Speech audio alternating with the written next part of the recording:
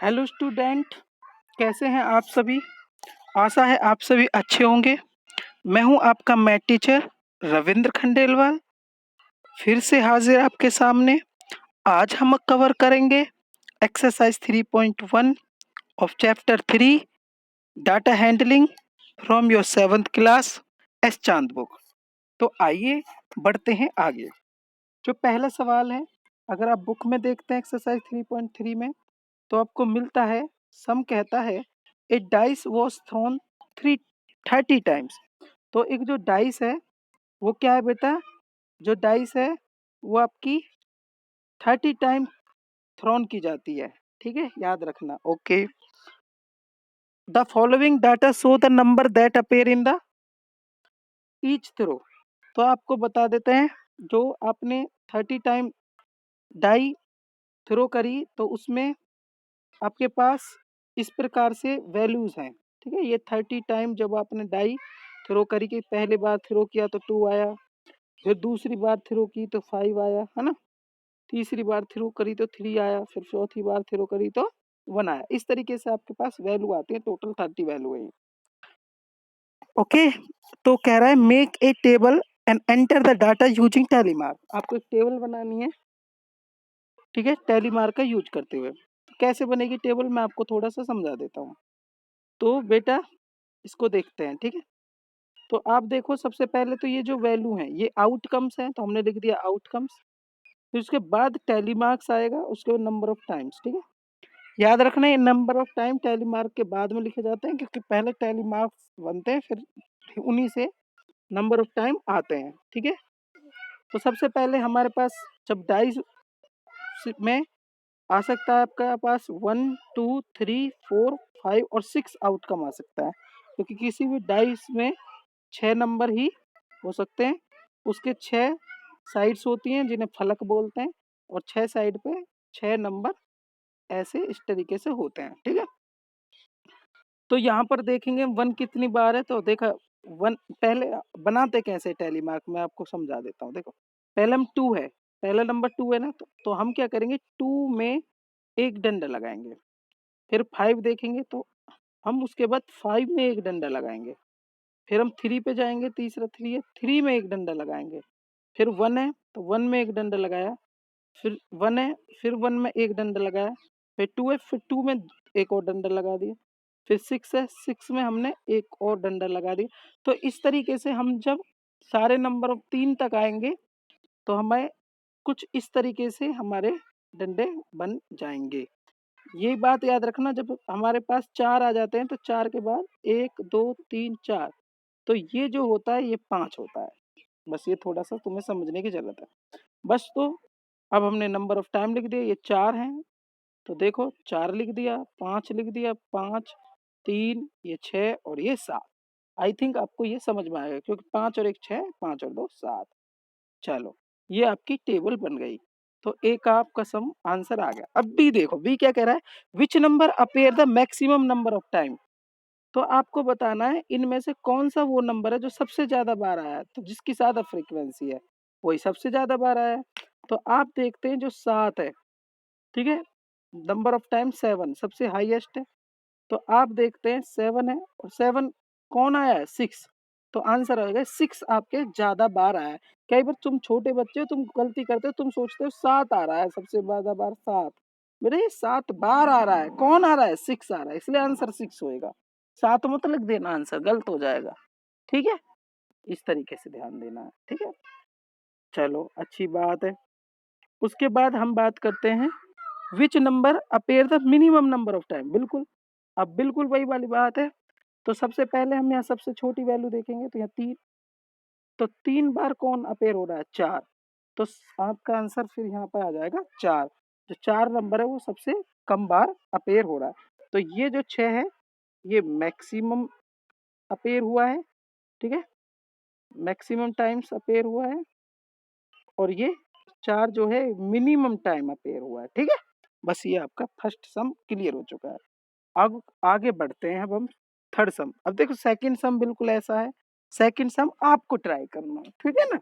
अब मैं थर्ड सम देखता हूँ। तो थर्ड सम क्या है, थर्ड सम कहता है the following table represent the marks of 30 student in the mathematics test using tally marks. ठीक है, तो वहां पर हमको टेबल बनाई थी, यहाँ पर टेबल बनी हुई दी हुई है और 30 स्टूडेंट के मार्क्स हैं। मार्क्स आए हैं, जैसे भाई टेस्ट लिया, मान लो 10 मार्क्स था, तो किसी के मार्क्स आए 4, किसी के 5, किसी के 6, किसी के 7, किसी के 8 और किसी के 9। मान लो 10 ना भी आए, तो इसमें दे रखा है कि देखो 4 मार्क्स कितनों का है, 3 बच्चों के, 5 कितने का है, 5 के, 6 कितने का है, 7 बच्चों के, 7 कितने का है, 11 बच्चों के, 8 कितनों के आए, 3 बच्चों के, और 9 कितने का है, 1 बच्चों के। देखो मैं बिल्कुल हिंदी में, मतलब कि इस तरीके की लैंग्वेज में समझा रहा हूँ ताकि आपको समझ में आ जाए। ठीक है, अगर आपको नहीं समझ में आता तो एक बार पॉज कर ले वीडियो को, और या फिर रिपीट कर ले उस वीडियो को, आपको अच्छे से समझ में आ जाएगा। ठीक है ना, ये कोई मत सोचना ना कि समझ में नहीं आ रहा, आप थोड़ा सा दोबारा समझेंगे तो उस वीडियो को समझ में आ जाएगा। चलो आगे बढ़ते हैं हम, यहाँ पर तो क्वेश्चन है जो उनके आंसर देते हैं। तो एक क्वेश्चन कहता है how many student obtain marks more than 5 but less than 8। तो आपको क्या है ये बताना है कि 5 से तो ज्यादा, ठीक है, और 8 से कम वो कितने बच्चे हैं। तो हम देखते हैं 5 से ज्यादा और 8 से कम कितने हैं। तो बेटा देखो 5 से ज्यादा में ना तो 5 इंक्लूड होएगा, ठीक है, और ना 4 इंक्लूड होएगा। 5 से ज्यादा में तो 6 इंक्लूड होएगा, 7 इंक्लूड होएगा, लेकिन 8 से कम में ना 8 इंक्लूड होएगा ना 9। 8 से कम में तो 6 और 7 होएगा। तो जो 6 और 7 के नंबर है ना वो देखने हैं। तो 6 के नंबर कितने, 5 और 2 7, और 7 के नंबर कितने, 5 पर 10 और 11, तो टोटल कितने हो गए 18। तो इसलिए हम कह सकते हैं 5 से ज्यादा, है ना भाई, 5 से ज्यादा और क्या है, 5 से ज्यादा और 8 से कम, टोटल 18 स्टूडेंट है। ठीक है, क्लियर, आपको समझ में आ गया होगा। चलो अब बढ़ते हैं आगे। How many student obtain marks more than 7। अब हमने देखना है 7 से ज्यादा कितने बच्चों ने मार्क ऑब्टेन किए। तो सिंपल सी बात है, 7 से ज्यादा में ना तो 4 इंक्लूड होएगा, ना 5, ना 6, ना 7। 7 से ज्यादा की बात है, तो 7 से ज्यादा में 8 और 9 होएगा। तो 8 और 9 के टोटल बच्चे हो गए 4। तो आपका आंसर हो गया 4। देख लो, बस बिल्कुल हिंदी में बोल रहा हूँ, अब बिल्कुल समझ सकते हो। ठीक है, नहीं समझ में आया रिपीट करो उसको। ठीक है, चलो आगे बढ़ते हैं। How many student obtain mark less than 6। अब लेस देन 6 में देखो, ना तो 6 इंक्लूड होएगा, ना 7, ना 8, ना, भाई लेस देन 6 में 4 और 5 इंक्लूड होएगा, जो कि कितने, 3 और 5 8। तो इसका आंसर आपका 8 हो जाएगा। बड़े इजी है, आई थिंक आपको ये समझ में आ गया होगा। ठीक है, चलो अब हम बात करते हैं आगे। अब हम थर्ड सम मैंने कवर कर लिया है, अब हम फोर्थ सम की बात करते हैं। फोर्थ सम कहता है read the given bar graph carefully. अब यहाँ पे हमें बार ग्राफ गिवन है बुक में, ठीक है, केयरफुली आपको रीड करना है एंड आंसर द क्वेश्चन, और क्वेश्चन को आंसर देना है। ठीक है, तो आंसर देंगे हम कि बार ग्राफ है और बार ग्राफ है और इसका आंसर देना है। ठीक है, तो what does the bar graph represent. इसमें जो बार ग्राफ है वो क्या रिप्रेजेंट कर रहा है। देखो अगर आप देखें तो देखो मेडिकल, इंजीनियरिंग, आईटी, ठीक है, फैशनिंग, लॉ, और इस पे क्या है, ये नंबर ऑफ स्टूडेंट है। क्या बेटा, नंबर ऑफ स्टूडेंट्स। ठीक है, ठीक है, तो बार ग्राफ क्या है, कोर्सेज हैं, ठीक है, जो स्टूडेंट ले रहे हैं। भाई मेडिकल में कितने बच्चे एडमिशन लेते हैं, इंजीनियरिंग में कितने, तो वो कोर्सेज को रिप्रेजेंट कर रहा है। ठीक है, 12th के बाद कितने कितने परसेंट बच्चे, कितने कितने बच्चे ये कोर्स लेते हैं। ठीक है भाई, समझ में आ रहा होगा। उसके बाद बात करते हैं which course attract most of the student after 12th class. तो कौन सा कोर्स ज्यादा अट्रैक्ट कर रहा है, सिंपल सी बात है, जो सबसे बड़ा है वही ज्यादा अट्रैक्ट कर रहा है। तो देखो आईटी है, कुछ भी नहीं है, सबसे बड़ा डंडा दिख रहा है आईटी का, तो आईटी आंसर आ गया। उसके बाद क्या है, how many total number of student were survey. तो आपको देखना है टोटल स्टूडेंट कितने जो सर्वे करे गए। तो सिंपल सी बात है, इसकी वैल्यू तुम्हें थोड़ा सा ध्यान से करनी है। तो टोटल वैल्यू कितनी है, देखो अब आपको यही ध्यान देना है। देखो मेडिकल में कितने बच्चे हैं, मेडिकल में आपके हो गए 25, हो गए ना कि नहीं हो गए 25, प्लस इंजीनियरिंग में कितने हो गए 40, और उसके प्लस आईटी में कितने हो गए 50, उसके बाद फैशन डिजाइनिंग में 30 और लॉ में भी आपके हो गए 30। अगर आप टोटल देखें तो 50 प्लस 40 90 और 90 प्लस 60 150 और ये हो गए 25 175। तो टोटल स्टूडेंट आपके 175 हो गए बेटा। आई थिंक आपको ये सम समझ में आया होगा। चलो अब बढ़ते हैं नेक्स्ट सम की तरफ। तो नेक्स्ट सम क्या कहता है देखते हैं भाई। नेक्स्ट सम कहता है read the given bar graph carefully and answer the question that follow. बिल्कुल यहाँ पर भी बार ग्राफ को रीड करना है केयरफुली और आंसर देना है। तो सबसे पहला क्वेश्चन है what data is represented by the graph.